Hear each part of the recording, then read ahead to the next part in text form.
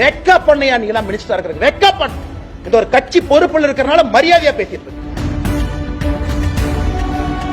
கேட்டா வடக்கு தெற்கு எத்தனை நாளைக்கு அந்த இளவுல சாவறது, எத்தனை நாளைக்கு சாவறது? 60 வருஷமா வடக்கு தெற்கு. நாளை காலையில் இன்னும் ஆரம்பம் பண்ணுவாங்க திமுக.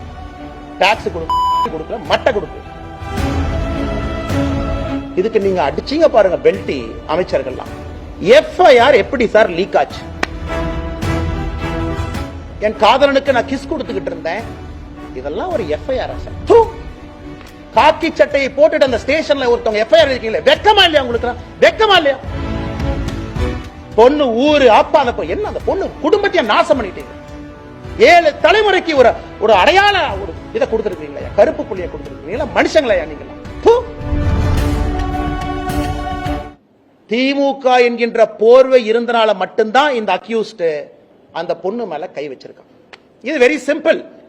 இது மூளை இருக்கக்கூடிய, ஆறறிவு இருக்கக்கூடிய எந்த மனிதனுக்கும் கூட தெரியும். திமுக கட்சி பொறுப்பு இருக்கு, திமுக அமைச்சர்களோடு இருக்கிறாங்கிற ஒரே காரணத்துக்காக மட்டும்தான் ஸ்டேஷன்ல என்கொயரி பண்ணல. இதே போல ஒரு குற்றத்தை அவன் செய்திருக்கின்றான். அதே குற்றத்தை 2வது முறை செய்திருக்கின்றான். இதுக்கு நீங்க அடிச்சீங்க பாருங்க பெல்டி அமைச்சர்கள்லாம். எஃப்ஐஆர் எப்படி சார் லீக் ஆச்சு? இந்தியா முழுவதுமே crime criminal tracking network system CCTNS எல்லா போலீஸ் ஸ்டேஷனும் இணைக்கப்பட்டிருக்கிறது ஃபைபர் ஆப்டிக் கேபிள்ல.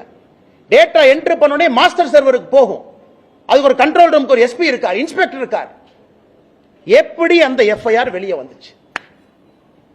போலீஸ் டிபார்ட்மெண்ட் தவிர அந்த எஃப்ஐஆர் யாரு வெளியே விட முடியும்?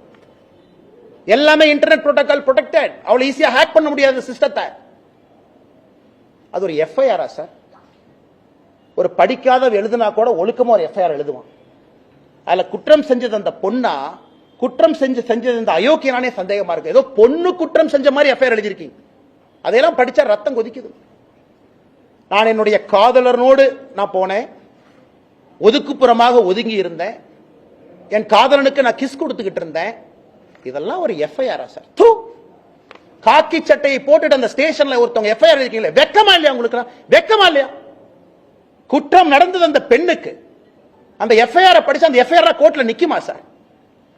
ஆனா ஆயிரக்கணக்கில் எஃப்ஐஆர் எழுதி இருக்கு, அல்ல கோர்ட்ல நிக்குமா?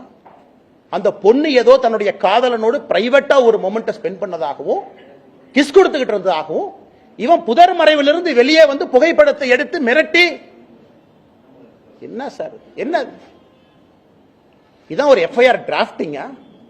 அந்த எஃப்ஐஆர் லீக் பண்ணிருக்கீங்களா சார்? பொண்ணு பேரு, மொபைல் நம்பர், அப்பா பேரு, ஊரு. வெக்க பண்ணு.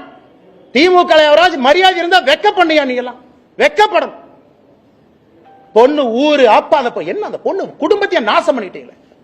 7 தலைமுறைக்கு ஒரு அடையாள ஒரு இதை கொடுத்துருக்கீங்களா? கருப்பு புள்ளியை கொடுத்துருக்கீங்களா? மனுஷங்களா நீங்களா? அதுக்கு அமைச்சர் கேள்வி கேட்கிறார். 3 மாசம் தமிழ்நாடு அமைதி பூங்காவா இருந்துச்சாமா, இந்த அண்ணாமலை திரும்பி வந்தானாமா, மறுபடியும் கலவரம் வெடிச்சு. வெக்க பண்ணையா நீங்களா மினிஸ்டரா இருக்கிறது? வெக்க பண்ண இந்த ஒரு கட்சி பொறுப்பில் இருக்கிறனால மரியாதையா பேசிட்டு இருக்கு.